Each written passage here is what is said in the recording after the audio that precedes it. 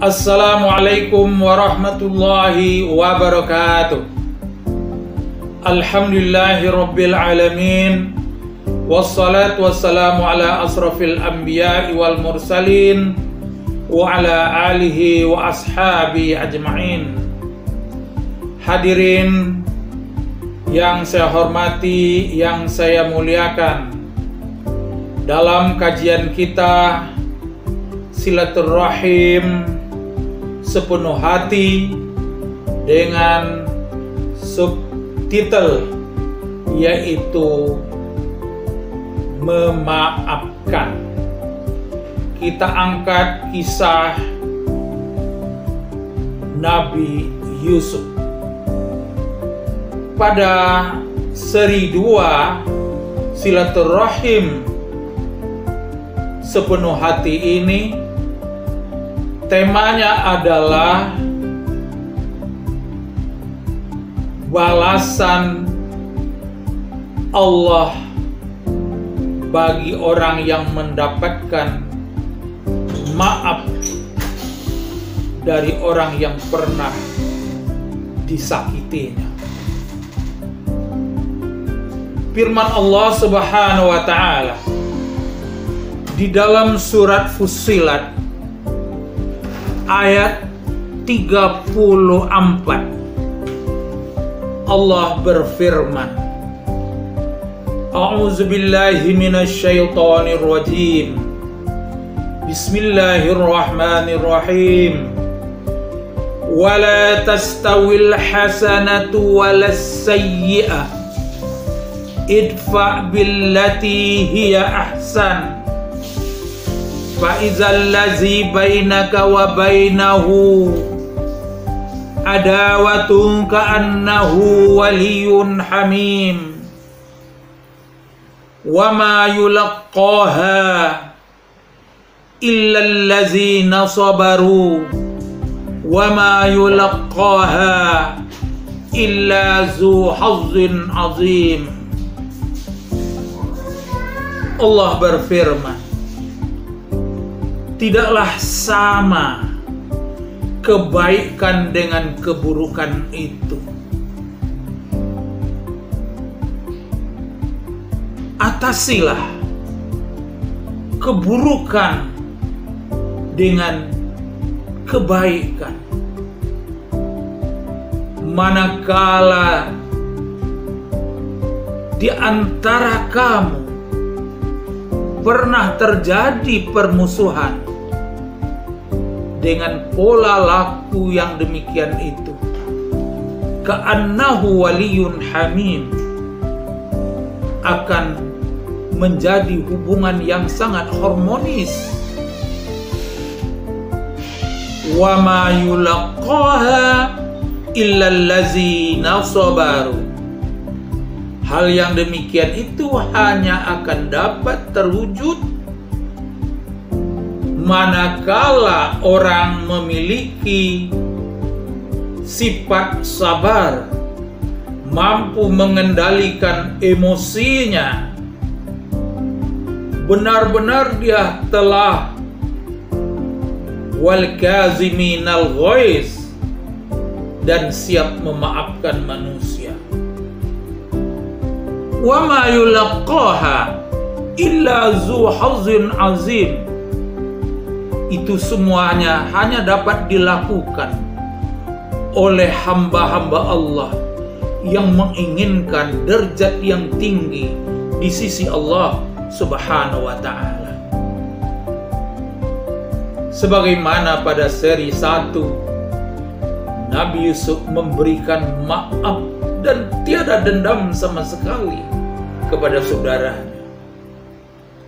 Apa yang dimaksud di dalam surat Fussilat ayat 34 itu tadi adalah tidak sama orang-orang yang beriman kepada Allah, orang-orang yang istiqomah dengan syariat Islam, orang-orang yang ihsan, berakhlakul karimah, berakhlak mulia dalam kehidupannya.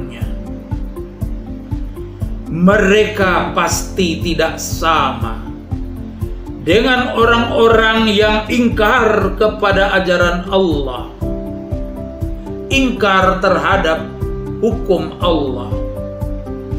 Mereka tentu tidak sama, yaitu orang-orang yang melawan perintah Allah. Tidak sama orang yang beriman tadi, orang yang berakhlak mulia itu tadi. Tidak mungkin sama dengan manusia yang buruk akhlak, buruk pola lakunya. Allah memberi petunjuk kepada kita yang memiliki akhlakul karimah, akidah yang istiqomah, kepatuhan kepada Allah, ketaatan kepada Allah. Hadapi manusia-manusia yang bejat moralnya itu, yang tidak baik akhlaknya, yang suka menzolimi, yang suka menjahili kita. Dengan cara apa? Hadapilah orang-orang tersebut dengan sifat pemaaf Anda, dengan sifat santun yang Anda miliki, yang kita miliki. Atasi, hadapi mereka dengan akhlak mulia yang ada pada diri kita, sehingga balas keburukan mereka itu kita balas dengan segala bentuk kebaikan, bentuk-bentuk yang sangat dihargai oleh manusia banyak. Tapi untuk memiliki yang demikian itu, Allah menyebutkan, wa ma yulaqqaha illal ladzina sabaru. Kita harus mampu menstabilkan emosi kita, tetap dalam kesabaran, karena Allah akan bersama orang yang sabar. Jadi perlu sabar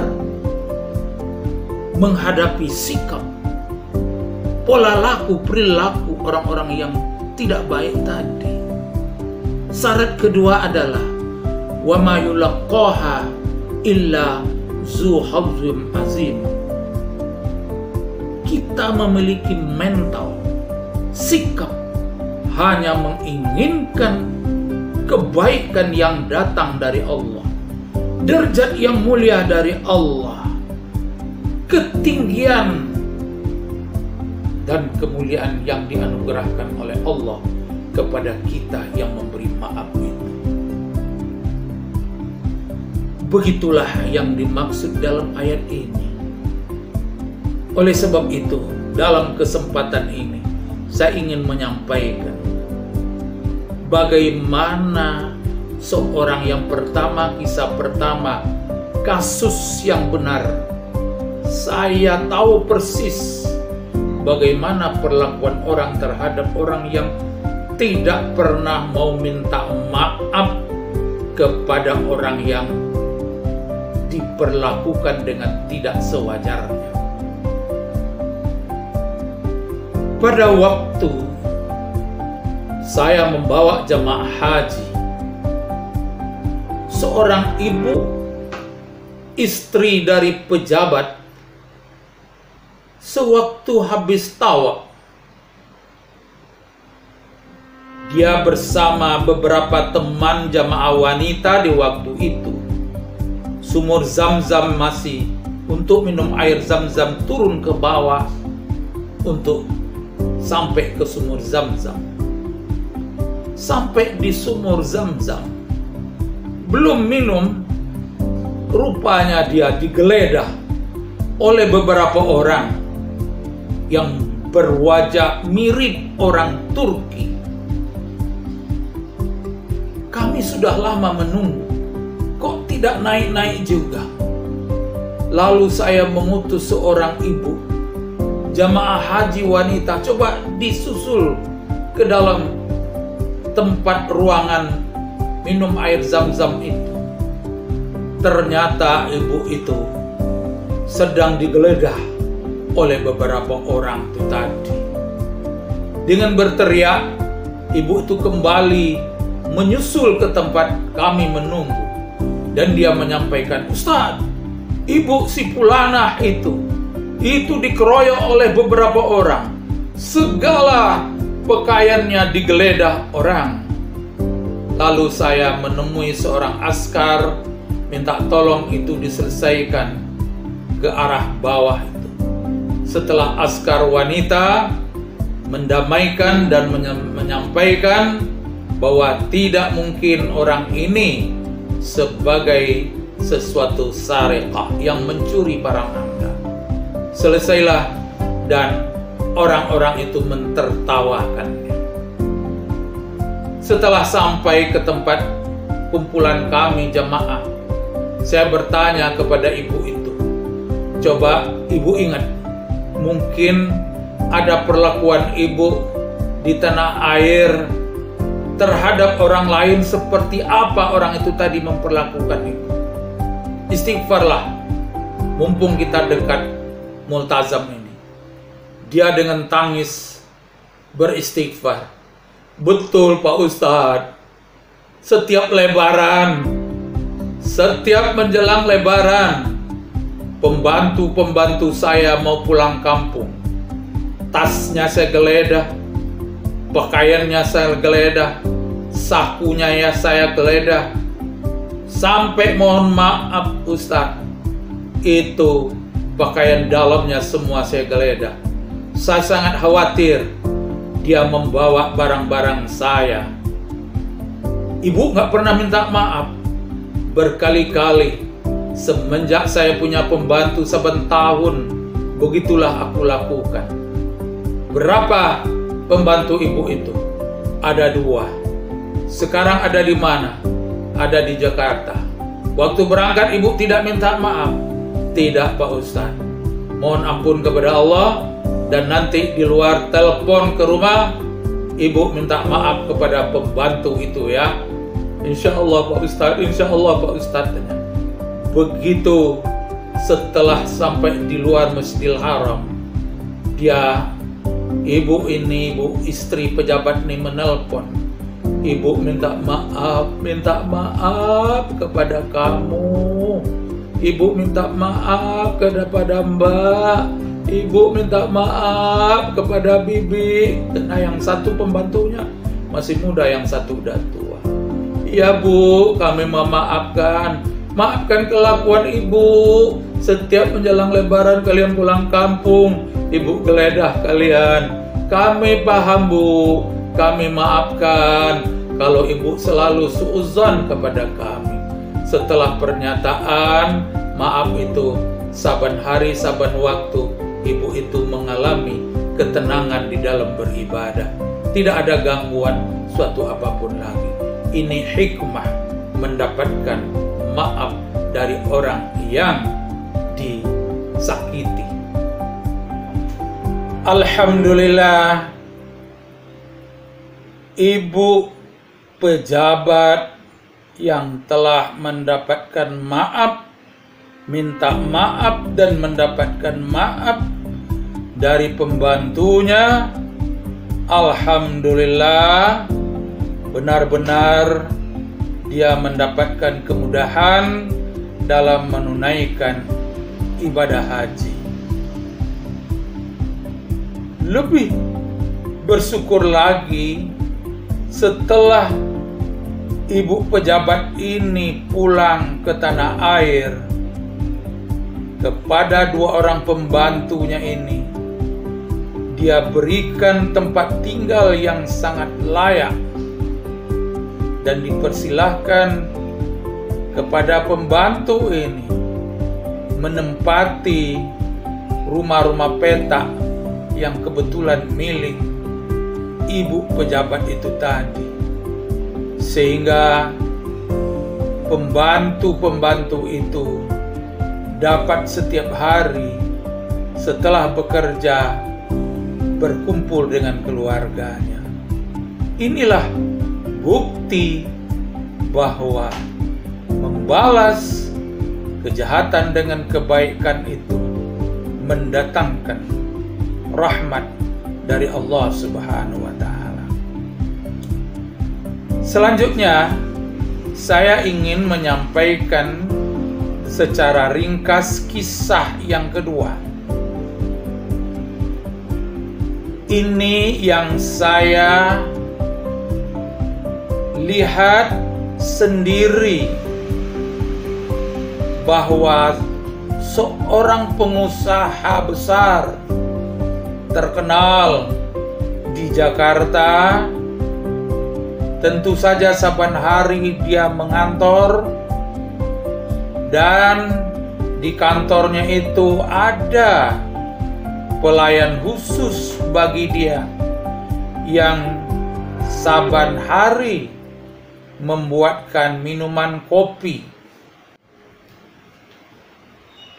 Minuman kopi yang dihidangkan oleh OB atau pembantu itu sangat cocok dengan lidah selera pengusaha ini.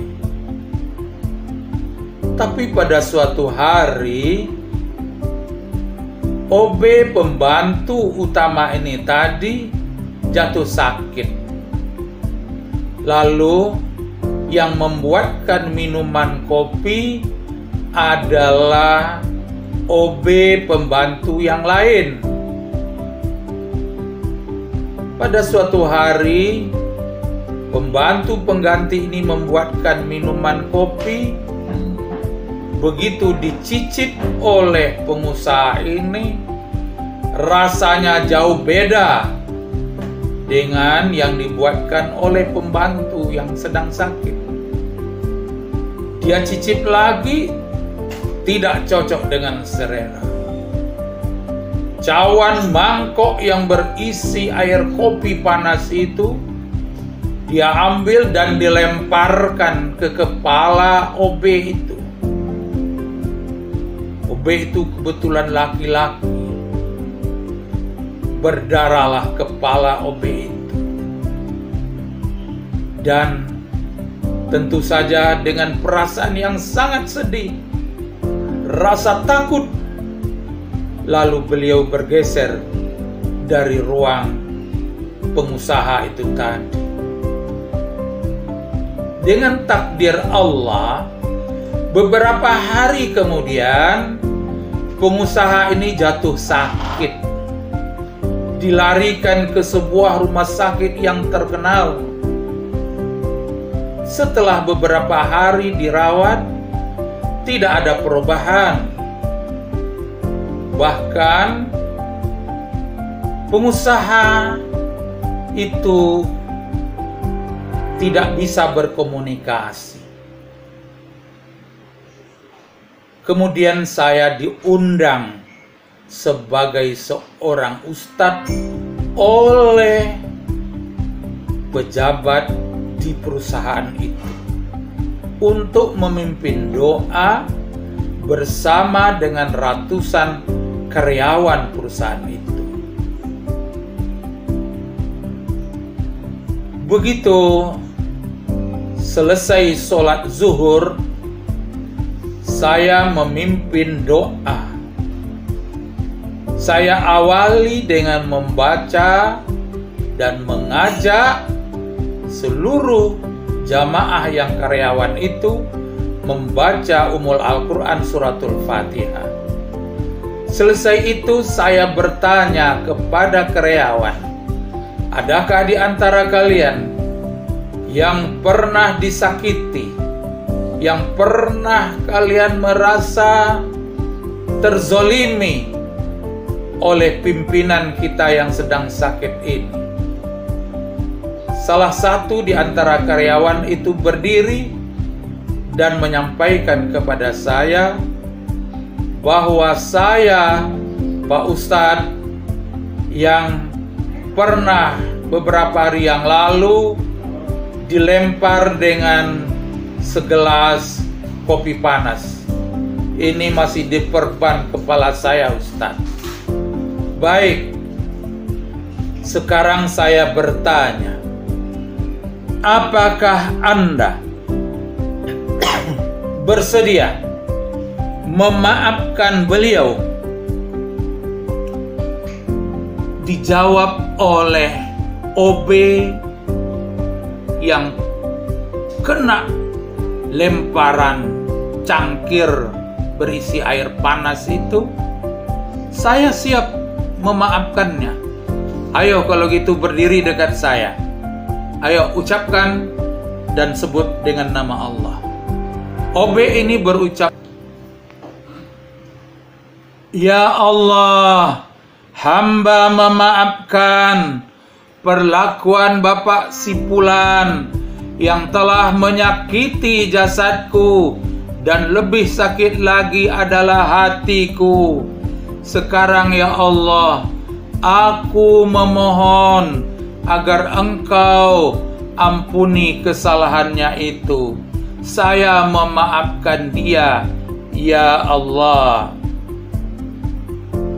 Setelah OB ini menyampaikan pernyataan dalam bentuk doa memberi maaf kepada pengusaha tersebut, saya melanjutkan doa, tentu saja dengan doa memohonkan kesembuhan, memohonkan kebaikan bagi Bapak pengusaha terkenal itu.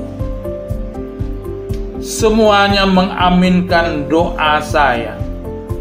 Mereka terdengar terisak dalam tangis dalam mengaminkan doa yang saya sampaikan. Alhamdulillah, doa dapat saya pimpin dengan begitu khusyuk. Kemudian doa pun saya tutup. Setelah doa saya tutup, baru saja saya akan mengucapkan salam. Salah seorang dari pejabat perusahaan itu berdiri mendekati saya. Pak Ustadz, ini ada telepon dari rumah sakit yang menyatakan Bapak kita alhamdulillah sadar dan dapat berkomunikasi. Tolong sampaikan kepada hadirin. Saya sampaikan kepada hadirin semuanya. Bapak-bapak, saudara-saudara semuanya, alhamdulillah, doa kita diijabah oleh Allah Subhanahu wa taala. Alhamdulillah, doa kita diijabah oleh Allah Subhanahu wa taala. Kabar dari rumah sakit, Bapak kita, pimpinan kita dapat berkomunikasi dengan baik. Semoga doa kita ini membawa kesehatan yang sempurna bagi pimpinan perusahaan ini, sehingga dapat melanjutkan usaha ini untuk semakin maju lagi. Amin. Demikian serentak dari karyawan yang mengaminkannya.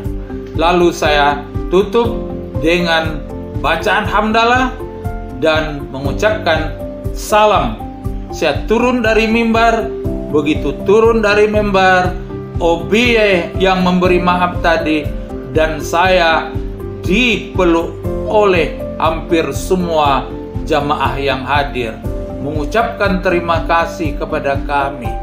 Alhamdulillah, tidak lama sesudah kami berdoa bersama, saya diberi kabar oleh pimpinan yang mengajak saya tadi bahwa Bapak pimpinan perusahaan telah sembuh dan telah dapat mengantor kembali. Alhamdulillah, OB yang memberi maaf diberi pula kesempatan untuk belajar lebih lanjut dan diberikan pula tempat kerja yang lebih baik dari kemarin. Inilah wujud bagaimana kita dapat memberikan maaf, memberikan hal yang terbaik, membalas yang buruk dengan kebaikan. Semoga kisah ini membawa kita semakin yakin dengan janji Allah. La yastawi itu dalam ayat yang di atas tadi. Tidak sama orang yang berbuat baik dengan orang yang berbuat jahat. Idfa billati ya ahsan. Atasi keburukan itu dengan kebaikan. Maka dengan kesabaran dan keinginan ingin mendapatkan kedudukan yang tinggi, kemuliaan dari sisi Allah, mari memaaf ini adalah menjadi karakter dalam kehidupan kita.